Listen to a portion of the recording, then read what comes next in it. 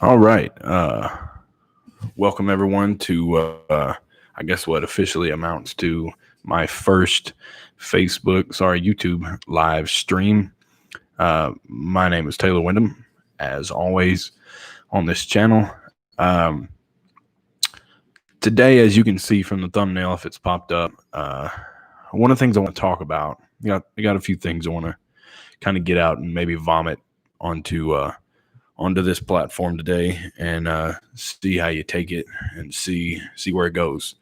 One of the things I want to say that needs to be said is that cancel culture is fundamentally, in my view, not Christian.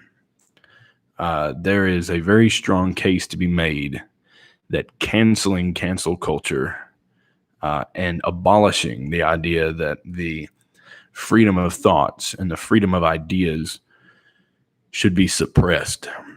And when I say that,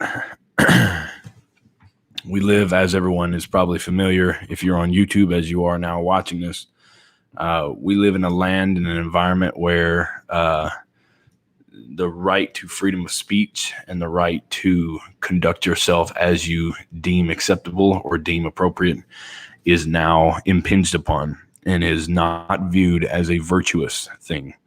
In other words, it is much more valuable to the culture to see itself as a monolithic structure that allows for no dissidence. It allows for no disagreement. It allows for no disparaging dialogue or difficult, hard conversations.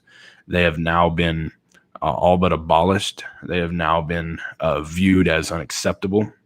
They have been viewed as things that are not at all welcome in the milieu of confusing, non-coherent, non-cohesive worldview that we are continually, I would argue, by the mainstream media, shoved down our throat.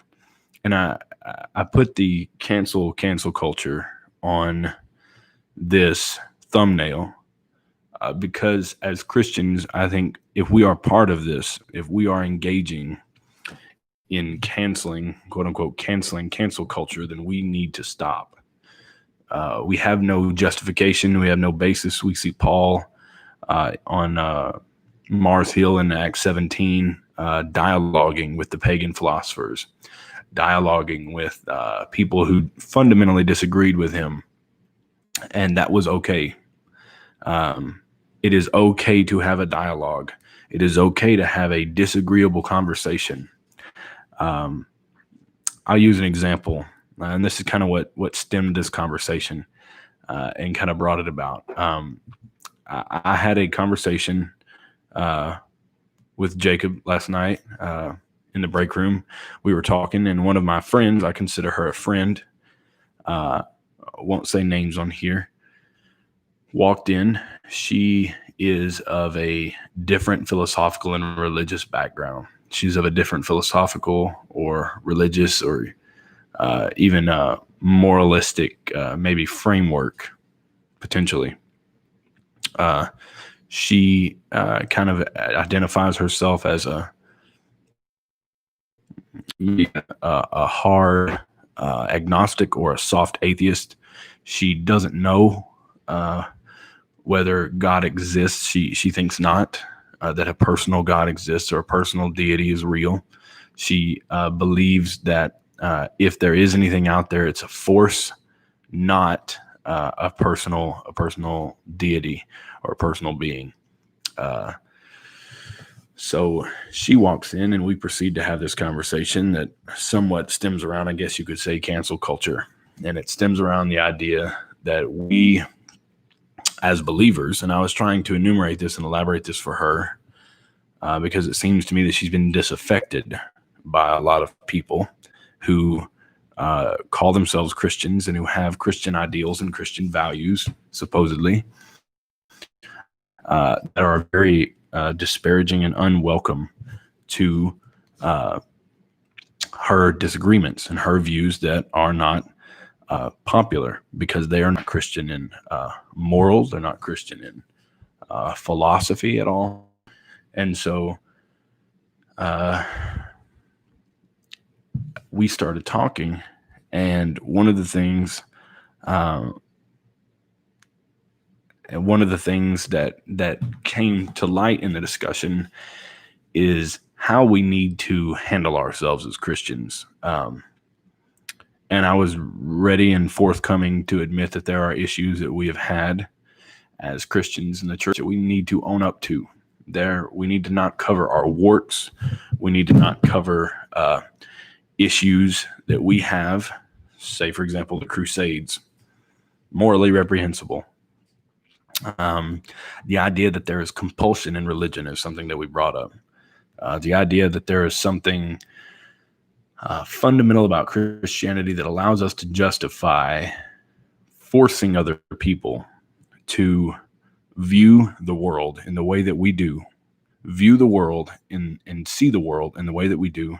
And if they choose to conform, if they choose to conform, great. If they do not, cancel them or compel them. We talked about Islam. We talked about Sharia law last night. It was late last night. And one of the things that became very clear to me is that if we're going to distinguish ourselves from the world, and we definitely need to, if we're going to distinguish ourselves from the world and from the culture and from the situations that we find ourselves in, interchanging dialogue in a moralistic, therapeutic, deistic kind of society, or even a society that you might call postmodern or multicultural or pluralistic or whatever term you would like to use that makes you feel comfortable. And all of them are accurate, I believe, in some form or another. But if we're going to engage in this type of climate, and we have to, then we have to be willing to hear other people. We, as Christians, have to be willing to go to the metaphorical Mars Hill in the public square and be able to debate and be able to dialogue, hold our own, and more importantly, maybe at a time like this with cancel culture, we have to be able to listen to other people. We have to hear what they're saying. We cannot caricature other people. We cannot put them into carefully constructed boxes which we construct. If someone that we disagree with constructs a box that they want to be put in, that's fine by me. If you have a box that you would like to put yourself in and therefore have me put you in, okay, fine, fair enough. The danger is that when we think we have the right to construct a box and place someone in it simply because of the tribe that they subscribe to, this is a huge, profound issue that we have within the church and obviously within the culture. The culture has totally lost its mind when it comes to agreeably disagreeing or being willing to agree to disagree.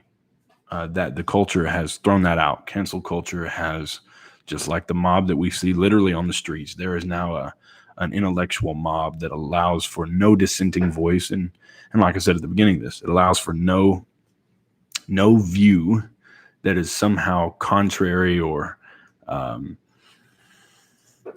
different in its origin or scope or purpose or interpretations of what it means to be Christian or what it means to be moral or what it means to be a good person.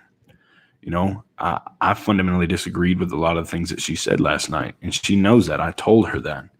I told her as much. I disagree with you, but we can agree to be disagreeable.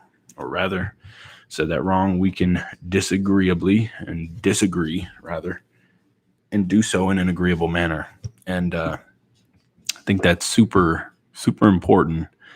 We have to be able to understand where other people come from, or else we have no grounds or no basis for understanding where they're coming from and how to interact and engage with what they're positing and what they're believing and what they're espousing and what is their lived reality, what is their experience. I don't place a lot of experience. You guys who watch this channel and listen to the podcast and Facebook live videos and things know that I don't place a lot of value in experience. I don't place a lot of value in what could be called experiential or lived truth. Maybe I don't find a lot of value in that. Now, many people do. I would say, as a default, most people do. Maybe. The problem is we have to be able to say to people who disagree with us that we will not take part in cancel culture, because we believe that their positions are valid. Even if I say this is because the world sees us as narrow, constricting, and unwavering and unwilling to hear. That was what I was hearing from my friend yesterday. She's a good sample of kind of secular America, in my opinion. She is a good sample of what it means to believe that there is some a lack, maybe, of willingness to understand where people of differing opinions and positions come from. That is, in my mind, acceptable. And there's a lot more, of course, that can be said about this. Today, I just want to reiterate some of our core beliefs and tenets. What makes Christianity different? Obviously, it's the gospel. But another thing that we have to maintain as a distinction is that we reject compulsion. What you're seeing, like I referred to Sharia law earlier in Islam, what you're seeing in the culture with the situation involving cancel culture, compulsion is now a intellectual, spiritual, verbal bullying. It's a form of intimidation tactics, and cancel culture is a form of plugging your ears and then rushing to overtake people who you disagree with. As Christians, we cannot afford to behave in that manner. It's unacceptable, it's morally reprehensible, and it's spiritually dishonest. If we are going to represent Christ, who took on all comers as far as intellectual questions concerning the law, questions concerning himself, questions concerning the Old Testament, the prophets, prophecies, interpretations of the law, so on and so forth, his dealings, his life. We have to be open. We have to be honest, not only of our shortcomings, but we have to be open and honest to hear what other people say and respect their disagreements. Not compelling. We might compel people, but we don't force them. It's not compulsory. And if you know someone who is engaged in street preaching or ministerial work or channels like this one on YouTube or Facebook, Instagram, Twitch, whatever you use, if you know someone who professes to be a Christian and engages in compulsory tactics that force individuals, that attempt to manipulate and against their will almost coerce people with threats and emotional violence, or whatever term you would like to use, spiritual abuse, maybe, lovingly plead with them to stop. I think there are two different correlations for different reasons that happen with the culture and the church, but both I think are true. And one is that the church, to seem relevant, likes to seem on the same page as the culture, and it likes to do things that the culture does and make them Christian, quote unquote. The church likes to make itself somewhat, and this is to our detriment in large part, like a chameleon. It takes secular things like yoga, for example, which is not even secular. It's more Hinduistic and Indian cultural caste system based philosophy and religion, and tries to take the spiritual nature out of it, to try to make it relevant for, primarily at churches. You hear yoga classes being taught, and it's a form of breathing and meditation, and it gets redistributed, repackaged as a non-spiritual practice, which it inherently has always been. Ask a Hindu. ask a Buddhist, as a non-spiritual practice to breathe and get healthier and be flexible. This is a form of pandering to the culture. It's a form of making processes that we have within the church seem more palatable and seem more relevant to the culture. And to an extent, it's justifiable. To an extent, it makes sense. To an extent, we have to be able to speak to the context which we find ourselves in, of course. Now, the flip side of that, of course, as well, and most of this should be readily apparent, is that, well, the culture tends to take Christian beliefs, Christian doctrines, things that we believe, and try to manipulate, malform them, and to try to destroy or distort them in a way to make us and caricature our beliefs as wrong, as unjustifiable, as hate speech, hate mongering. This is one of their new tactics. Cancel culture. I think we've sat back over the past few weeks, 2 months, and we've watched cancel culture go from mainly at the university level and undergrad or postdoc or, institutions of higher learning, academia. We've seen this happen left and right for years now. But now over the past month or two, we've seen it come to full force. We've seen it come to a situation where we are bombarded. They're trying to cancel Jesus. They're trying to cancel black athletes. They're trying to cancel people who disagree, whether it be J.K. Rowling in the letter that they signed this week, or whether it be anybody who disagrees with the establishment. And by establishment, I know this is a political statement, but for the most part, it's accurate. The political left, the far political left. I don't want to lump everybody, orthodox kind of liberalism with this neo-orthodox liberalism. I don't want to lump all of that together. So people who are more center or just left of center or maybe just right of center, I'm really talking about the fringe establishment, but the problem is that is the establishment. So we have to understand as Christians, cancel culture is coming for us.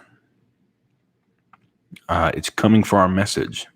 It has increasingly been hostile and irritated and divisive. Our message of the gospel is foolishness to those who are perishing, according to Paul. The message of the gospel is insulting to the Jew, and it's foolishness to the Gentile. We're talking about a 2,000-year-old message of the God-man becoming our perfect sacrifice and dying a bloody, horrific death to appease the wrath and the righteous justice of a holy God on your behalf, to show you mercy, to show you grace, to offer you and bring you to redemption. This message has never been popular with the world. It's never been popular with any major culture.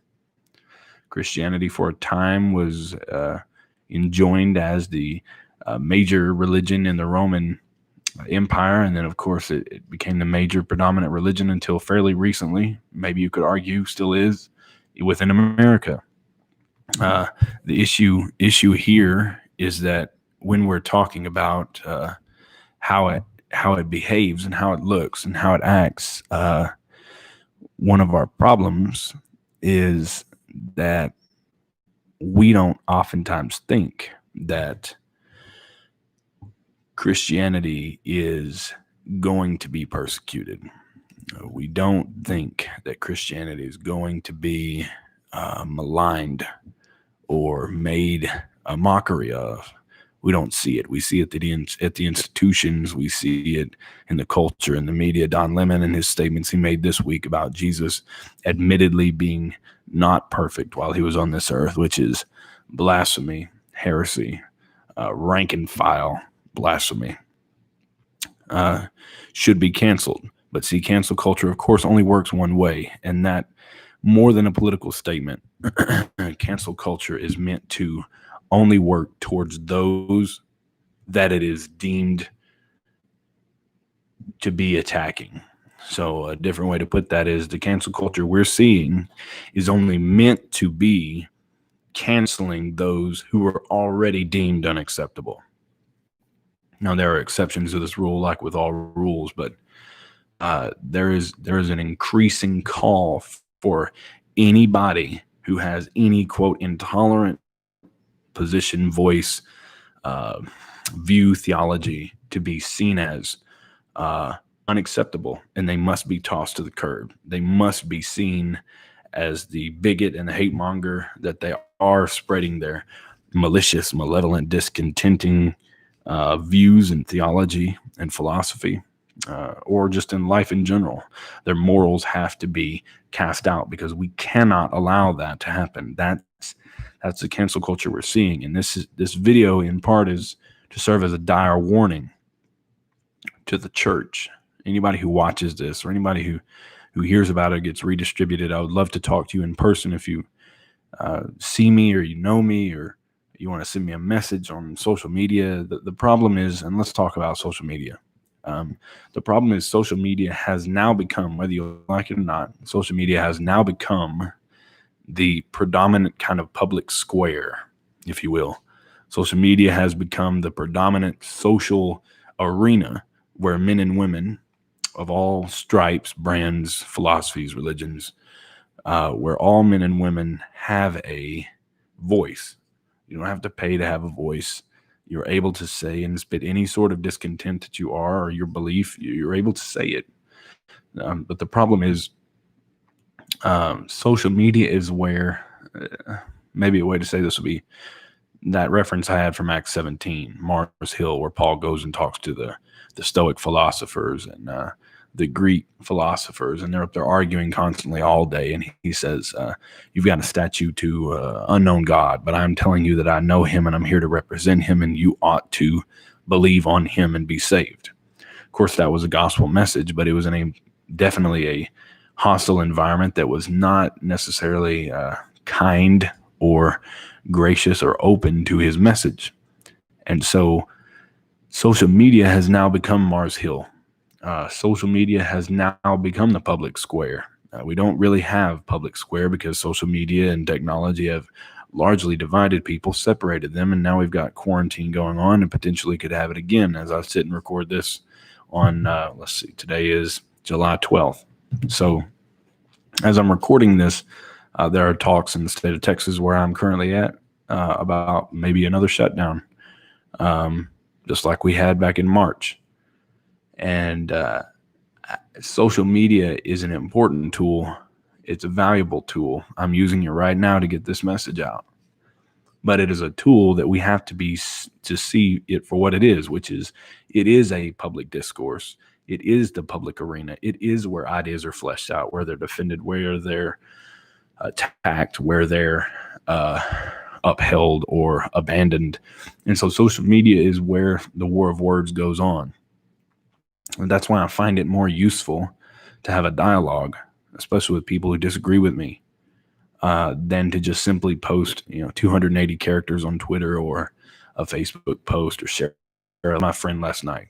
Comes from a very different background, very different lifestyle, different sex, of course, different generation, very kind of diametrically opposed to me in a lot of different ways, and that is okay. And I think we have to look out for our own biases and our own predispositions, and we have to as a church, we have to be able to say that there are areas of our pitfalls that we don't see, that we don't, they're blind spots that we don't have theologically, biblically. We don't have all the answers. We can't pretend to. Now, God does, and the Word of God, insofar as it speaks to a certain topic, has all of the answers, and they are infallible, and they are inerrant. Your interpretation might not always be. That's why it's to show yourself approved by sound and reasonable study, counsel, teaching as iron sharpens iron, helping one another. All of those things, of course, are extremely valuably true. But the issue that we face now is that we were already labeled as Christians hate mongers and stirrers of dissension and people who are not for the best interest of the culture, and that we are holding back progress and we're not allowing Western civilization to kind of flourish in the postmodern way that it's deemed acceptable by the zeitgeist of our time.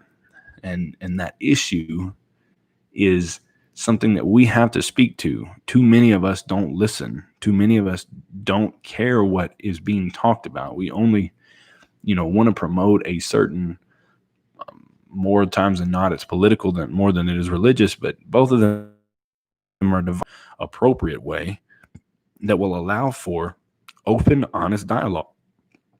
I've learned a lot from my friend. She hasn't changed my mind. So far as I know, I haven't changed her mind.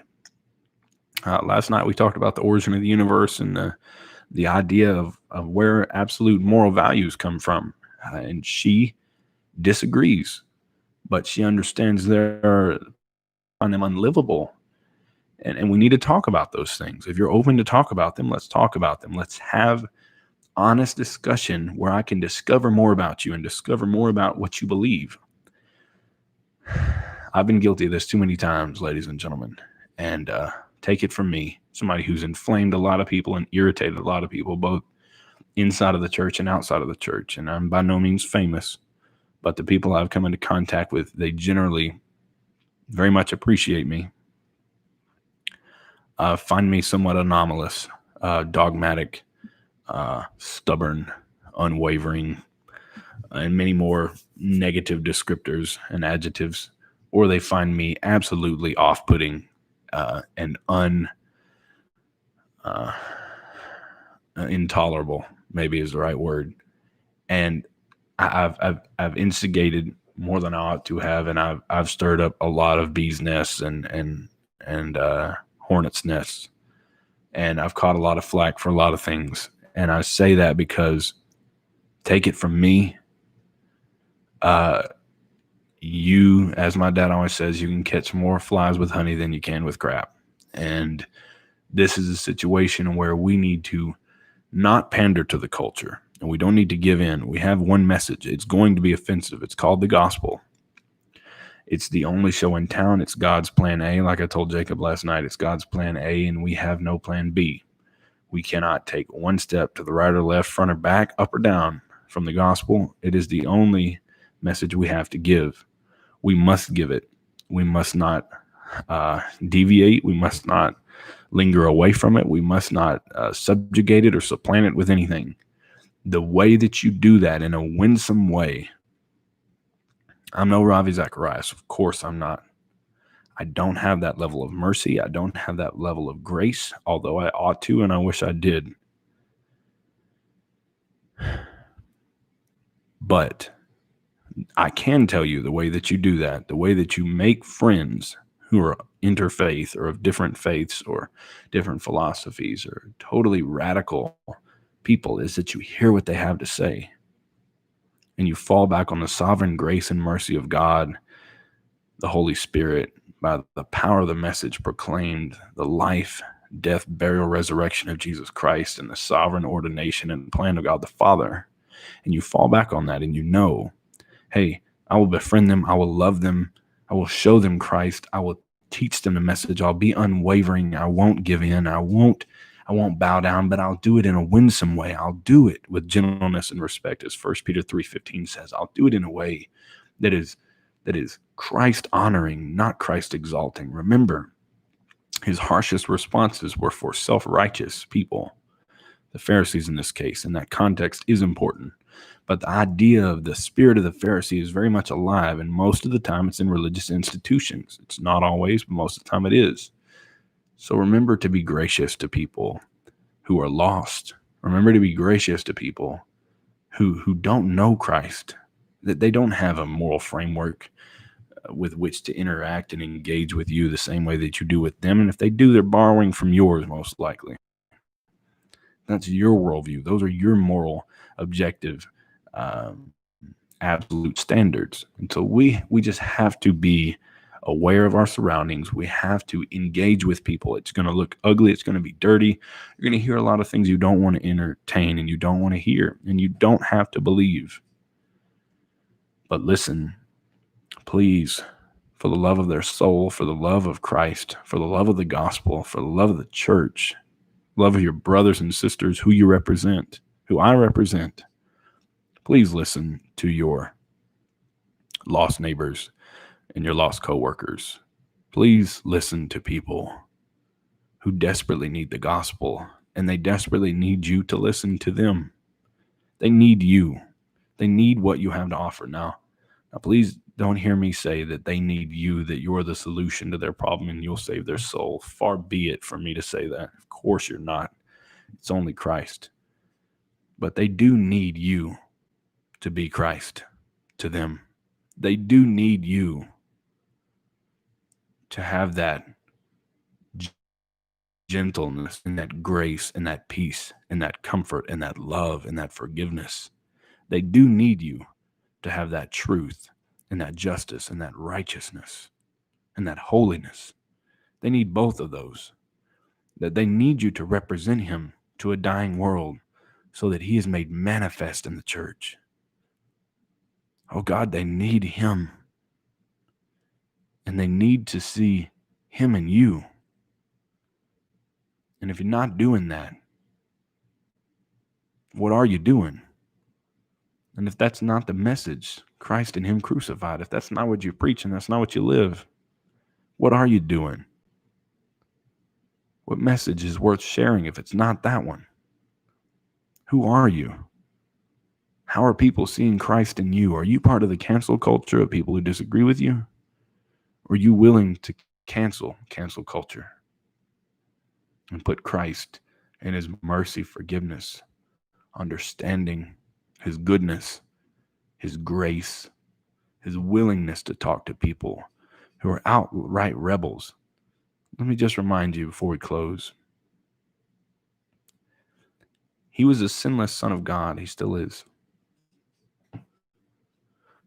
And he entertained tax collectors and sinners like Zacchaeus, went into their house, sometimes didn't wash his hands, and ate with vile, wretched sinners and tax collectors. And he was the sinless, holy King of heaven who took on human flesh and became a man, the God-man. Why can you and I not walk across the room? Why can we not hear what other people have to say? Why can we not entertain the idea that it's valuable to listen to people and to hear what they have to say because they're individuals, and thereby fight against cancel culture, because cancel culture is not the gospel? Thank you guys for being with me today. May Christ be praised and glorified. Seek to understand the hearts of men so that you may better minister to them, their whole person, and not caricature them and cancel them in a way just to dismiss them. Thank you guys. God bless you.